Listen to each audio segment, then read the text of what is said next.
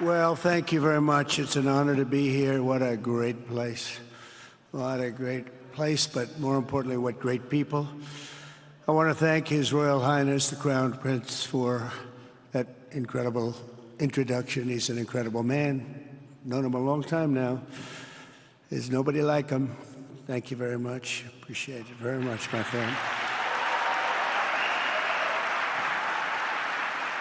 And it's a tremendous honor to return to this beautiful kingdom and be welcomed back with such extraordinary generosity and warmth.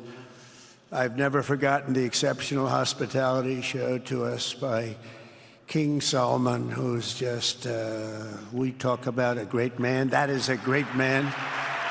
That is a great man, a great family. And that visit took place exactly 8 years ago. The graciousness of the royal family and the Saudi people is really unsurpassed, no matter where you go.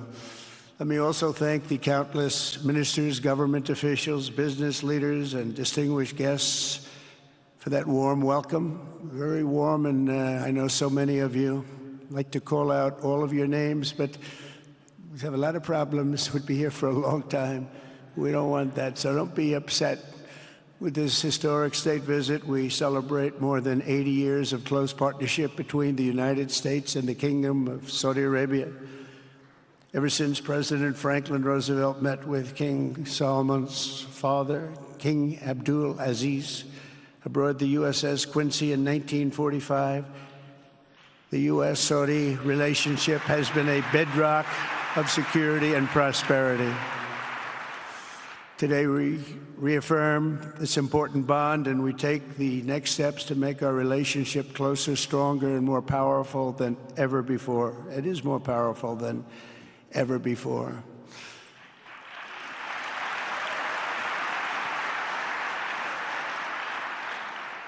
And by the way, it will remain that way. We don't go in and out like other people. It will remain that way.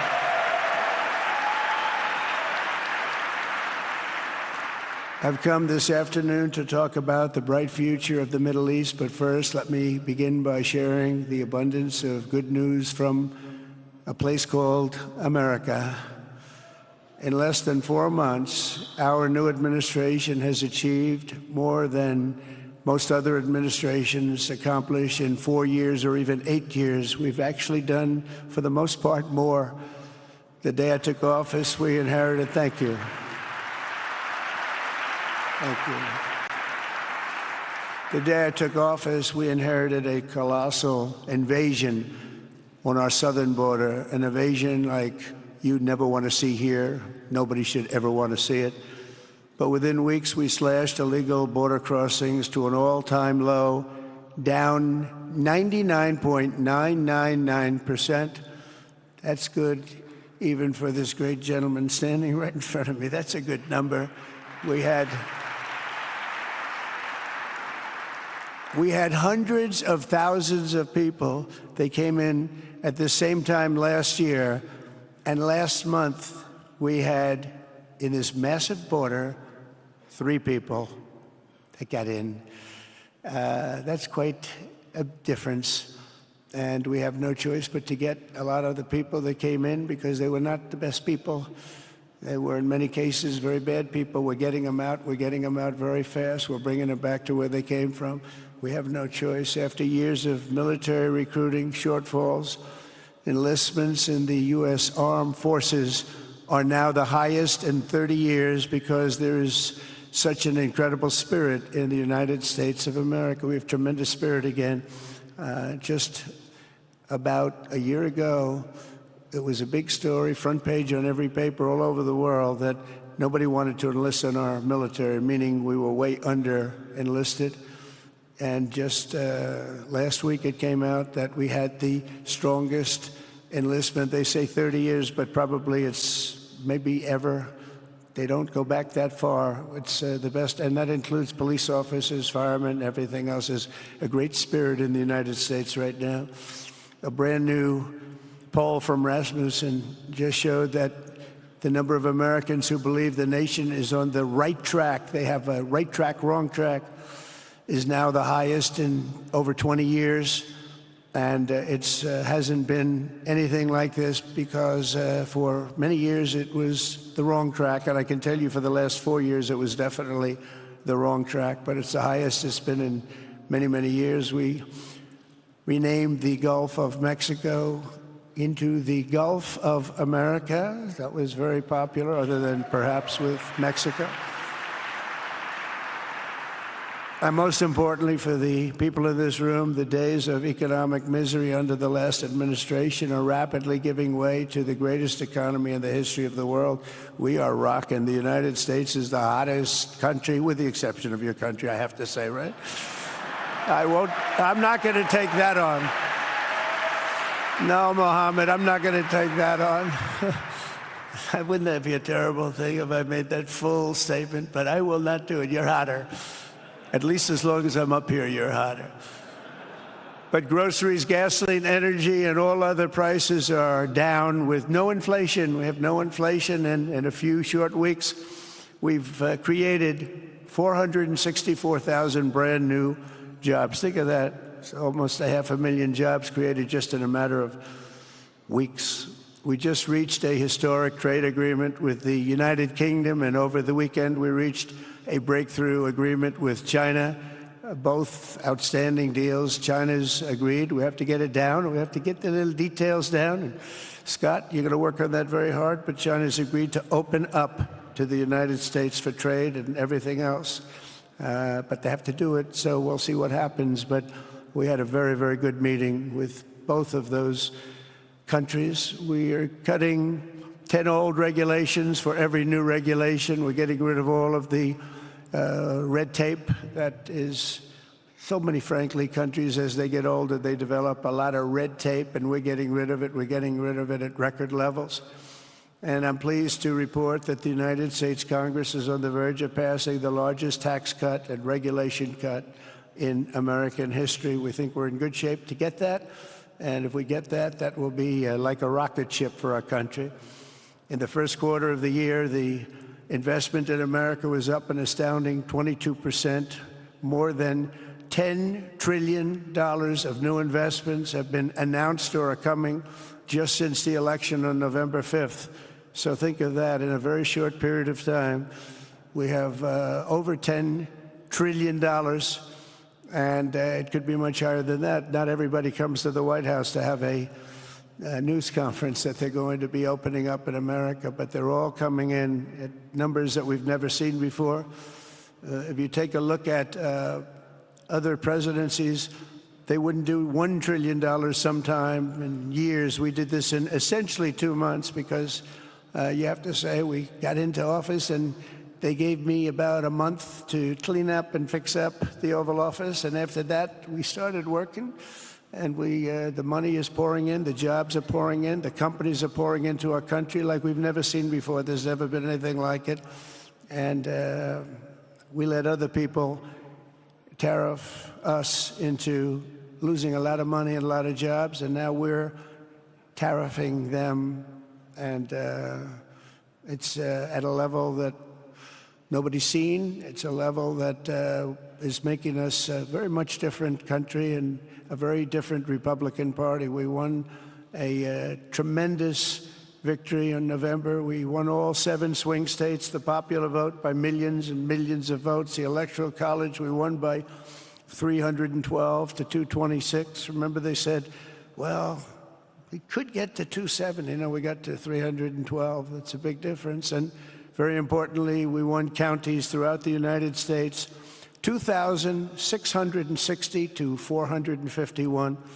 That's why when you look at a map, they're all red. The whole country is red. Red stands for Republican. From the moment on and from the moment we started, we've seen wealth that just poured and is pouring back into America. Apple is investing $500 billion. NVIDIA is investing, and I see my friend is here. Jensen, that's very good, wherever you may be. I thank you very much, because he's putting in $500 billion. TSMC is investing. Where is Jensen, by the way? Where is he? He's standing here. Where is he? I just saw. Thank you very much, Jensen. I mean, Tim Cook isn't here, but you are. What a job you've done. He said he's got 99% of the chip market. I don't know. That's a big. That's not easy to beat. But what a job you've done. Thank you. We are proud to have you in our country. You know that. Thank you for the investment. TSMC is investing $200 billion, and with this trip, we're adding over $1 trillion more in terms of investment into our country and buying our products. And, you know, nobody makes military equipment like us. We have the best military equipment, the best missiles, the best rockets, the best everything. Best submarines, by the way. Most lethal weapon in the world. In addition to purchases of $142 billion of American-made military equipment by our great Saudi partners, the largest ever. This week, there are multi-billion-dollar commercial deals with Amazon, Oracle, AMD. They're all here. Uber, Qualcomm, Johnson & Johnson, and many, many more. So I want to congratulate everybody. So many great business executives, many of you, most of you I know. And they're coming in, you know, about a month ago. They weren't that happy when they saw me. And now they're saying, sir, you're doing a great job. Thank you very much. It's amazing what a rising market will do. Oh, it's going to get a lot higher. In fact, I told people 5 weeks ago, this is a great time to buy. I got criticized for that. Now they don't criticize me anymore. People should have listened. But it's going to go a lot higher. You see, we've never had anything like this happen. It's an explosion of investment and jobs, and great companies are coming in. Never seen anything like it. There's no better place to make a future or make a fortune, do anything, frankly, than what we have in the United States of America under a certain president, Donald J. Trump. I have the right attitude. I have the same attitude that the people in the front row, second row, third row have. As you get back, perhaps they start to wane a little bit in terms of their view. But they understand, and we're doing what a lot of smart people would do. And we're not necessarily being politically correct. You saw what we did yesterday with health care. We've cut our health care by 50 to 90%. You're going to see drugs and pharmaceuticals come down at numbers that nobody has ever seen. And drugs, pharmaceuticals, we think will be dropping. And it'll be a redistribution of costs with other nations, which really took advantage of a very nice group of people that ran our country. But not only is this a time of incredible excitement in the United States, it's also an exhilarating period right here in the Arabian Peninsula. Beautiful place, by the way. Beautiful place. Exactly. Thank you. Exactly 8 years ago this month, I stood in this very room and looked forward to a future in which the nations of this region would drive the forces of terrorism and extremism, drive them right out of existence, and take your place among the proudest, most prosperous, most successful nations anywhere in the world as leaders of a modern and rising Middle East. So exciting. So exciting. Mohammed, do you sleep at night? How do you sleep? Huh? Just think it.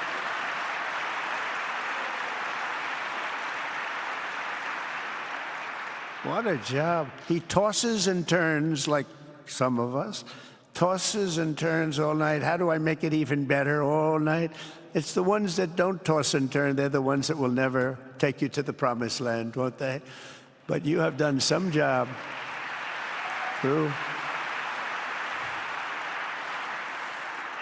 But critics doubted that it was possible what you've done. But over the past 8 years, Saudi Arabia has proved the critics totally wrong.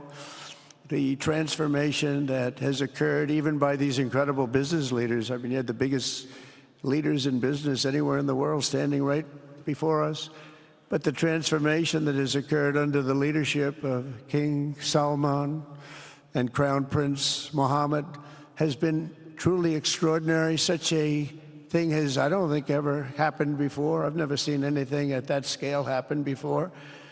And I guess, you know, maybe you could say the United States is doing pretty well too, but I don't think too many people have seen that happen before. Majestic skyscrapers, the towers that I see, the difference between now and 8 years ago. And 8 years ago was very impressive, but the towers that I see rising, some of the exhibits that I was shown by Mohammed,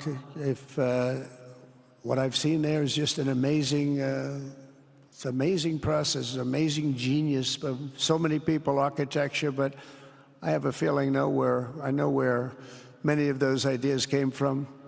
Happens to be sitting right in this room right before me, but the towers and all of the different, I've seen a lot of different towers. I didn't think there's any version of a tower that I haven't seen in one form or another. Well, I just passed 4 exhibits. I have never seen anything like any of them.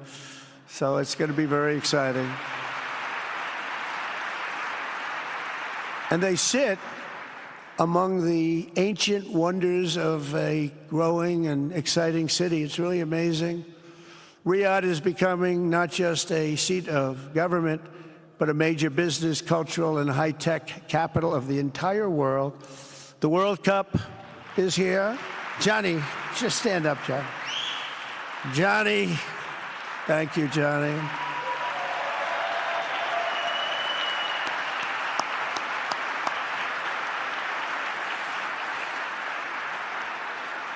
Great job, Johnny, great job. But the World Cup and the World Expo will soon be coming here, just like the World Cup is coming to the United States. It's going to be really exciting next year.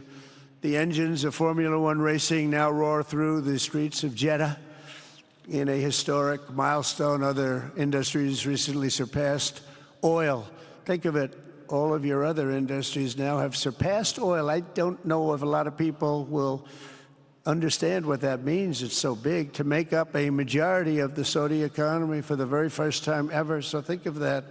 Other industries are now bigger even than oil, which is always going to be a big monster. It's a big one. But that's a great tribute to you and economic development properly used. In other cities throughout the peninsula, places like Dubai and Abu Dhabi, Doha, Muscat, the transformations have been unbelievably remarkable. Before our eyes, a new generation of leaders is transcending the ancient conflicts of tired divisions of the past and forging a future where the Middle East is defined by commerce, not chaos, where it exports technology, not terrorism, and where people of different nations, religions, and creeds are building cities together, not bombing each other out of existence. We don't want that.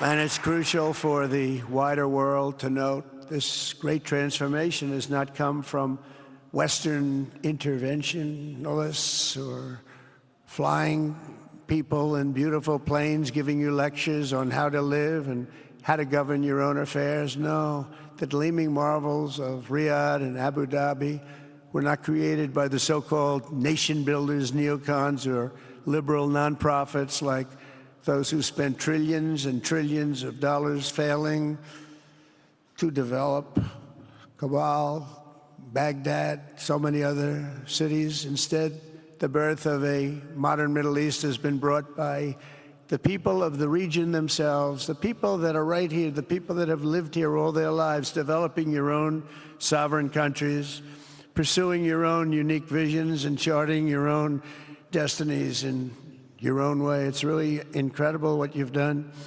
In the end, the so-called nation builders wrecked far more nations than they built, and the interventionists were intervening in complex societies that they did not even understand themselves. They told you how to do it, but they had no idea how to do it themselves.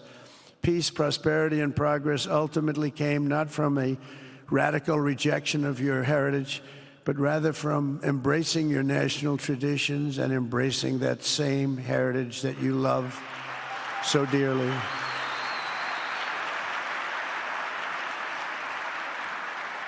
And it's something only you could do. You achieved a modern miracle, the Arabian way.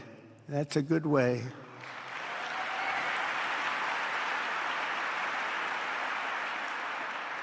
Today, the Gulf nations have shown this entire region a path towards safe and orderly societies with improving quality of life, flourishing economic growth, expanding personal freedoms, and increasing responsibilities on the world stage.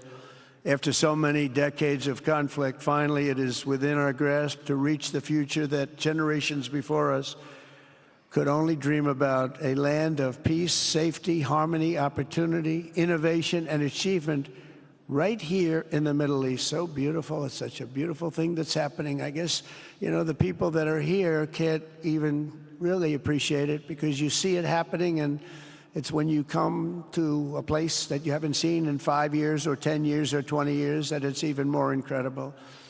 When I left office just over 4 years ago, that future seemed almost impossible, what you've done.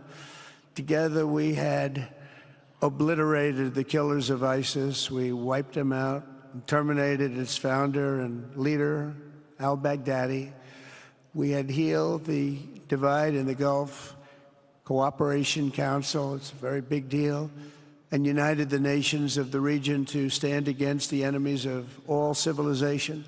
We'd imposed unprecedented sanctions on Iran and starved the regime of resources to fund terror. They were unable to fund anything because they had no money left. They had no money.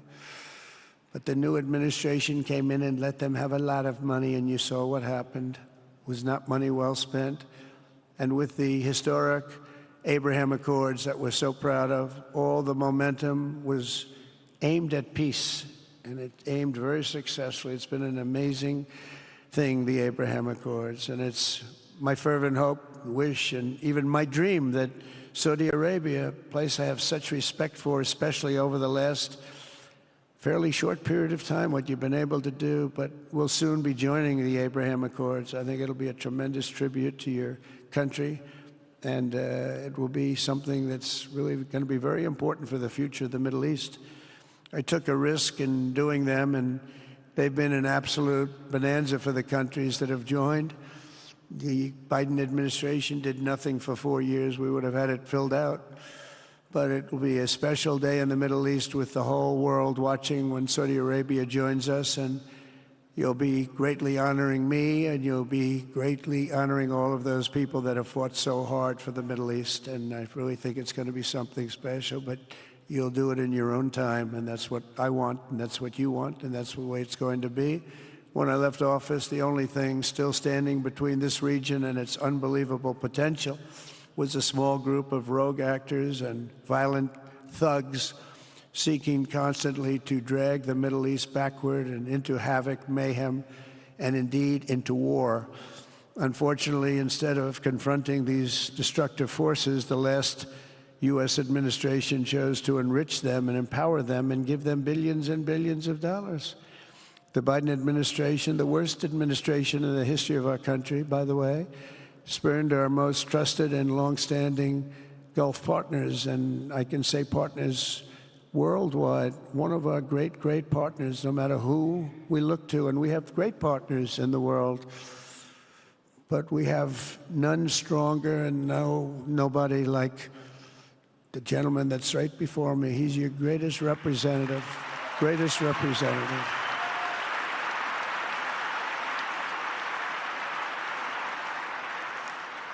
And if I didn't like him, I'd get out of here so fast. You know that, don't you? He knows me well. I do. I like him a lot. I like him too much. That's why we give so much, Too much. I like you too much. Great guy. They lifted sanctions on Iran in exchange for getting nothing, and sent the regime tens of billions of dollars to fund terror and death all over the world. And they laughed at him. They laughed at our leader.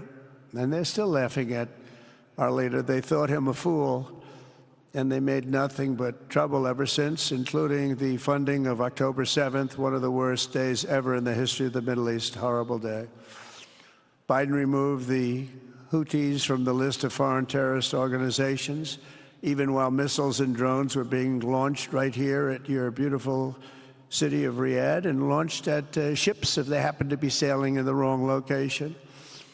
The Biden administration's extreme weakness and gross incompetence derailed progress toward peace, destabilized the region, and put at risk everything we had worked so hard to build together.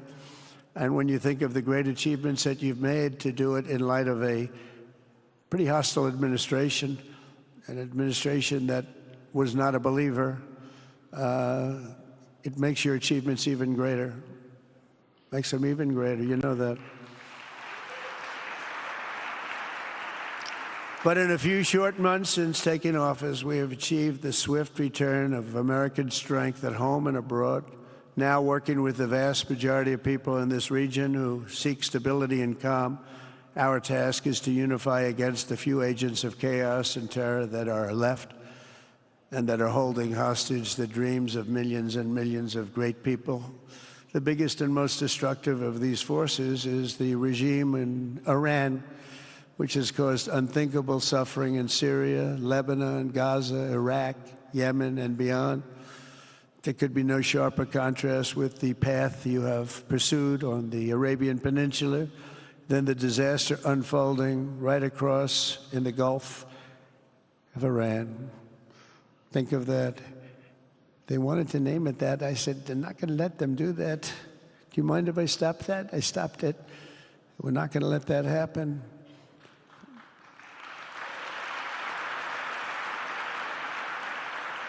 While you have been constructing the world's tallest skyscrapers in Jeddah and Dubai, Tehran's 1979 landmarks are collapsing into rubble and dust. They had it going for a little while under a much different system, but those buildings are largely falling apart, falling down, while you're building some of the world's biggest and most incredible infrastructure projects. Buildings, all sorts of things you're building that nobody's ever even seen before. Iran's decades of neglect and mismanagement have left the country plagued by rolling blackouts lasting for hours a day. All the time you hear about it. While your skill has turned dry deserts into fertile farmland, Iran's leaders have managed to turn green farmland into dry deserts as their corrupt water mafia, it's called it the water mafia, causes droughts and empty riverbeds. They get rich, but they don't let the people have any of it. And then, of course, there's the key difference at the root of it all. While the Arab states have focused on becoming pillars of regional stability and world commerce, Iran's leaders have focused on stealing their people's wealth to fund terror and bloodshed abroad. Most tragic of all, they have dragged down an entire region with them. Countless lives were lost in the Iranian effort to maintain a crumbling regime in Syria. Look at what happened with Syria. In Lebanon, their Hezbollah proxies have pillaged the hopes of a nation whose capital, Beirut, was once called the Paris of the Middle East. Can you imagine? All of this misery and so much more was entirely avoidable, absolutely avoidable. And Mohammed knew that. He knew that. Smart people knew that. If only the Iranian regime had focused on building their nation up instead of tearing the region down. Yet I'm here today not merely to condemn the past chaos of Iran's leaders, but to offer them a new path and a much better path toward a far better and more hopeful future. As I've shown repeatedly, I am willing to end past conflicts and forge new partnerships for a better and more stable world, even if our differences may be very profound, which obviously they are in the case of Iran. I have never believed in having permanent enemies. I am different than a lot of people think. I don't like permanent enemies, but sometimes you need enemies to do the job, and you have to do it right. Enemies get you motivated. In fact, some of the closest friends of the United States of America are nations we fought wars against in generations past, and now they're our friends and our allies. I want to make a deal with Iran. If I can make a deal with Iran, I'll be very happy if we're going to make your region and the world a safer place. But if Iran's leadership rejects this olive branch and continues to attack their neighbors, then we will have no choice but to inflict massive, maximum pressure, drive Iranian oil exports to zero like I did before.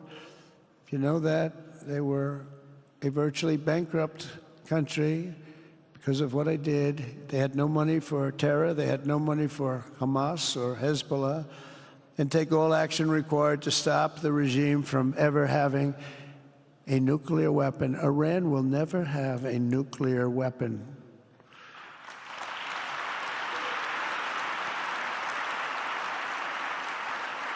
But with that said, Iran can have a much brighter future, but will never allow America and its allies to be threatened with terrorism or nuclear attack.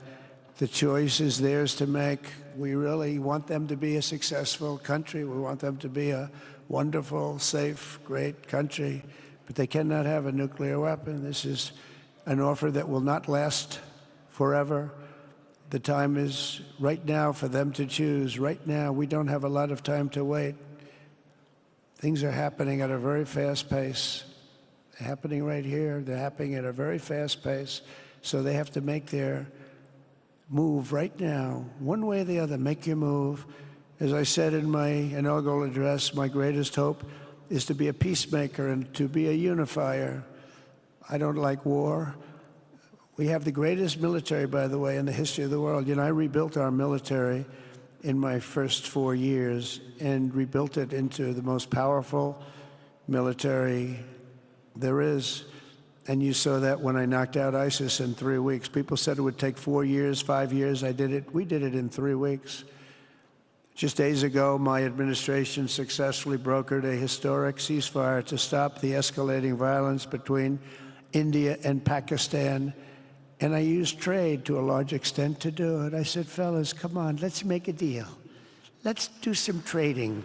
Let's not trade nuclear missiles. Let's trade the things that you make so beautifully. And they both have very powerful leaders, very strong leaders, good leaders, smart leaders. And it all stopped. Hopefully it'll remain that way, but it all stopped. I was very proud of Marco Rubio and all of the people that worked so hard. Marco, stand up. What a great job you did on that. Thank you, J.D. Vance, Marco. The whole group worked with you, but it was a great job. And I think they're actually getting along. Maybe we can even get them together a little bit, Marco, where they go out and have a nice dinner together. Wouldn't that be nice? But we've come a long way, and it could be, you know, millions of people could have died from that conflict that started off small and was getting bigger and bigger and bigger by the day. I've also been working relentlessly to end the terrible bloodshed between Russia and Ukraine, and very importantly, talks are being held in Turkey later this week, probably on Thursday, and they could produce some pretty good results. Our people are going to be going there. Marco's going to be going there. Others are going to be going, and we'll see if we can get it done. 5,000 people, young people for the most part, soldiers from Ukraine, soldiers from Russia. They're not from here and they're not from the United States, but they're souls. They're souls. I think usually, mostly, they're young, beautiful souls that left their parents waving goodbye, left their brothers and sisters. Goodbye, I'll see you soon. And they got blown to pieces. 5,000 on average a week are dying, and people are dying elsewhere in the region, but tremendous numbers like we haven't seen since World War II are dying, and I want to stop it. I want to stop it. It's a horrible war. Would have never happened if I were president. That's a war that would have never happened. October 7th would have never happened if I were president, because Iran had no money to pay Hamas or anybody else. They had no money. They were not looking to take care of them. They had to take care of themselves. They had no money. We stopped their oil effectively with the embargoes and sanctions. But let me take this opportunity to thank the Kingdom of Saudi Arabia for the constructive role that you've played in facilitating the Ukraine talks. And it really is, you've been amazing. You've made everything available to us. Thank you very much. Thank you. And if we get that settled, we'll pay a special tribute to what you've done. You really did lay a great groundwork. Thank you very much. Appreciate it.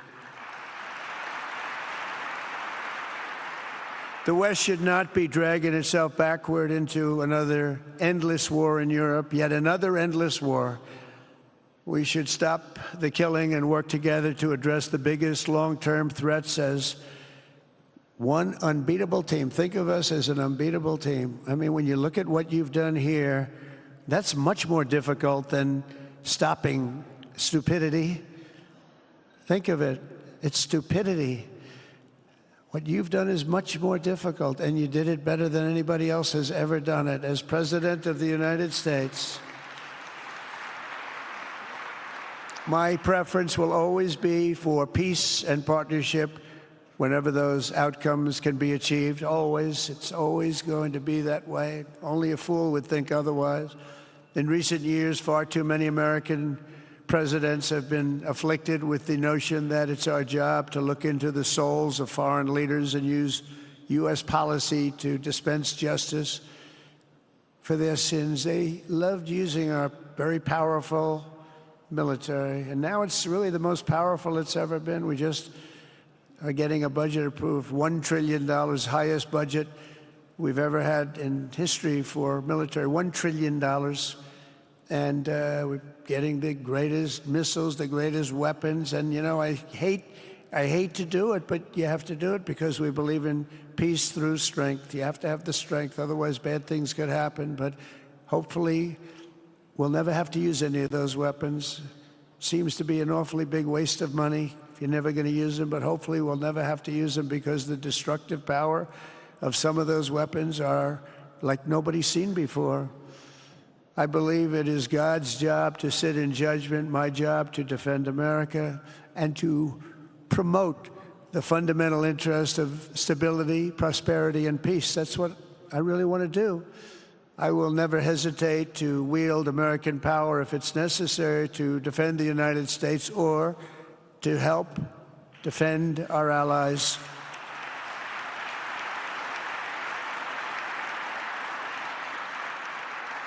And there will be no mercy for any foe who tries to do us or them harm. We will have no mercy. They understand that. That's why I've been pretty lucky. A lot of people think, you know, he's looking to fight. He's looking to fight, and things get settled. It's an amazing thing when they really think you mean it.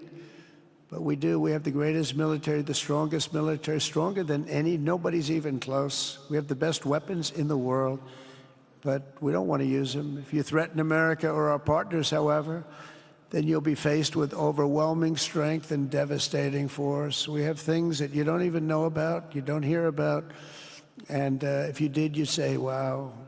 In recent weeks, following repeated attacks on American ships and freedom of navigation in the Red Sea, the United States military launched more than 1,100 strikes on the Houthis in Yemen.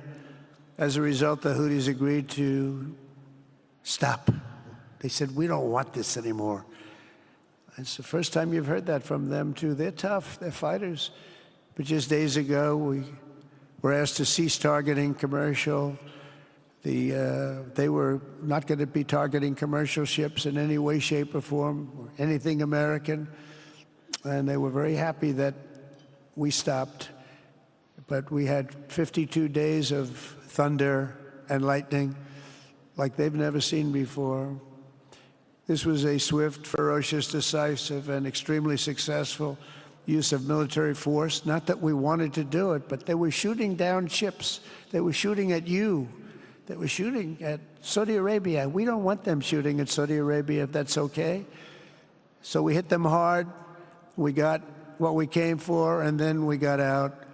Since January 20th, the U.S. military has terminated 83 terrorist leaders operating across Iraq, Syria, and Somalia, including ISIS's #2 global leader. You read about that just recently. With the help of Pakistan, we apprehended the ISIS terrorists responsible for the attack on 13 American service members at Abbey Gate, that horrible, horrible disaster.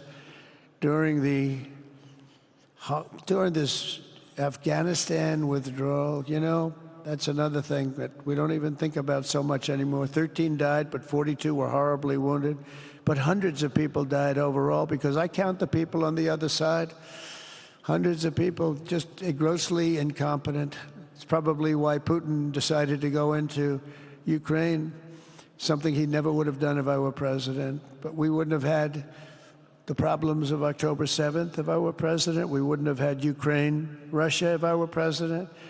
We wouldn't have had Abbeygate because there wouldn't have been any reason we were getting out, but we were getting out with dignity and with strength and power. But the way they got out was not good. I think it was the most embarrassing moment in the history of our country. And we've been working tirelessly to bring back all hostages held by Hamas. We brought back a lot already, but we're bringing back more. This weekend, we successfully negotiated the release of the last American hostage, Edan Alexander. Just came out a few hours ago, and we continue to work to get that war ended as quickly as possible. It's a horrible thing that's taking place. All civilized people must condemn the October 7th atrocities against Israel, which would never have happened again if you had probably a different president, but definitely if you had me as president. The people of Gaza deserve a much better future, but that will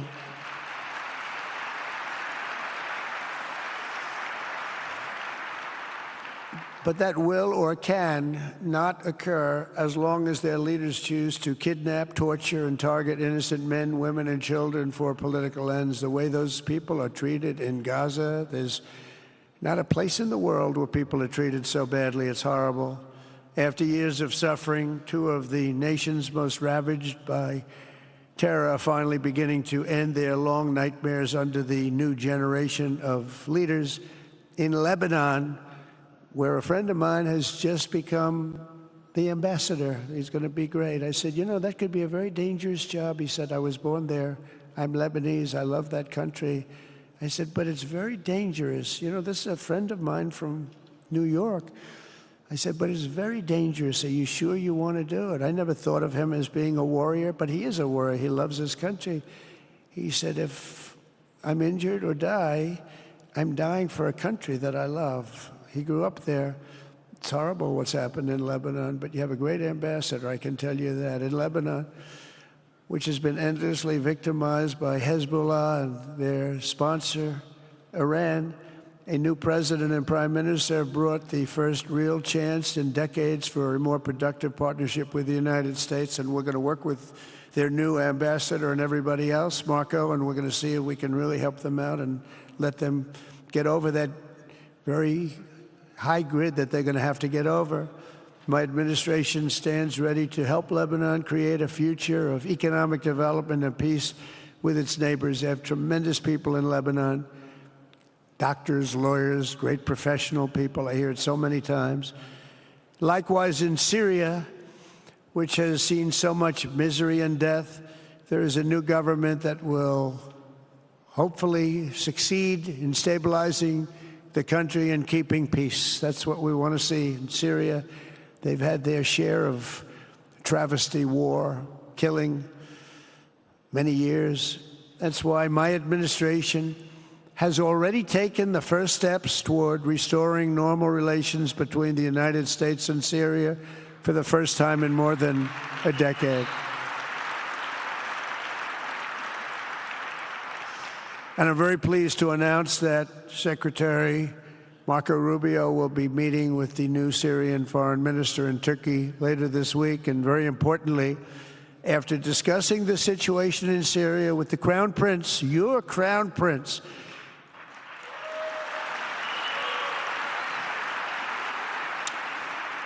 and also with President Erdogan of Turkey, who called me the other day and asked for a very similar thing, among others, and friends of mine, people that I have a lot of respect for in the Middle East, I will be ordering the cessation of sanctions against Syria in order to give them a chance at greatness.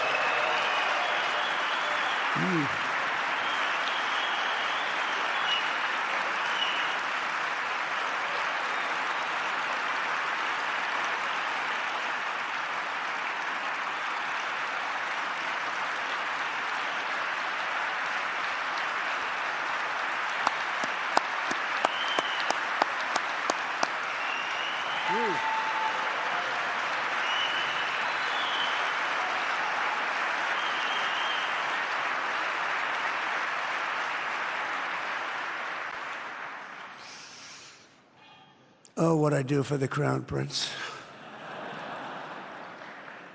The sanctions were brutal and crippling and served as an important, really an important function, nevertheless, at the time. But now it's their time to shine. It's their time to shine. We're taking them all off, and they're going to have, I think they're going to have, based on the people and the spirit and everything else that I'm hearing about. So I say good luck, Syria. Show us something very special like they've done, frankly, in Saudi Arabia, okay? They're going to show us something special. Very good people. Everywhere we can, my administration is pursuing peaceful engagement, offering a strong and steady hand of friendship to all that will take it in good faith.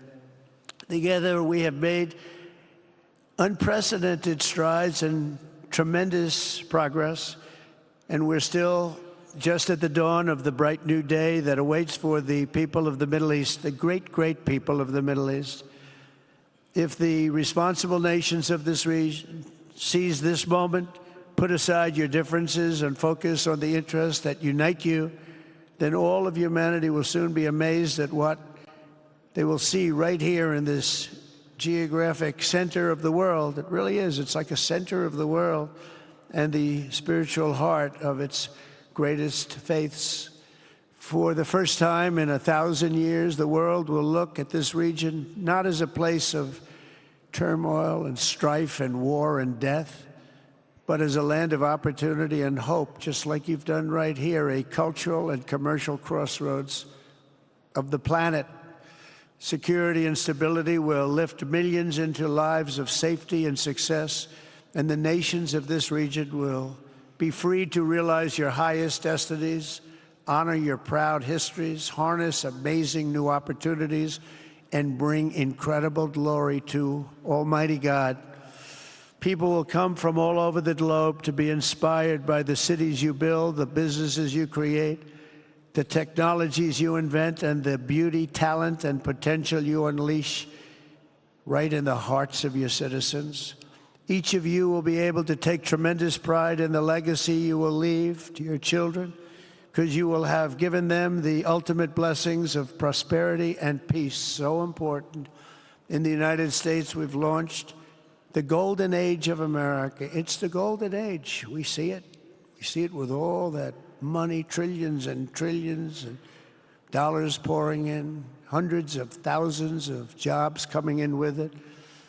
And with the help of the people of the Middle East, the people in this room, partners throughout the region, the golden age of the Middle East can proceed right alongside of us.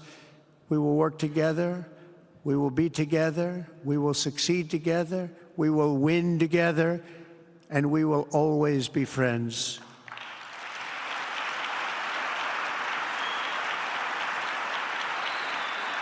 Thank you.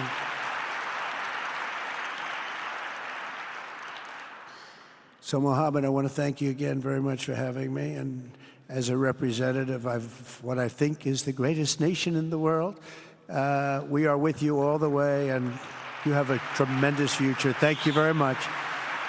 And please pay my respects to your father. Thank you very much. Thank you.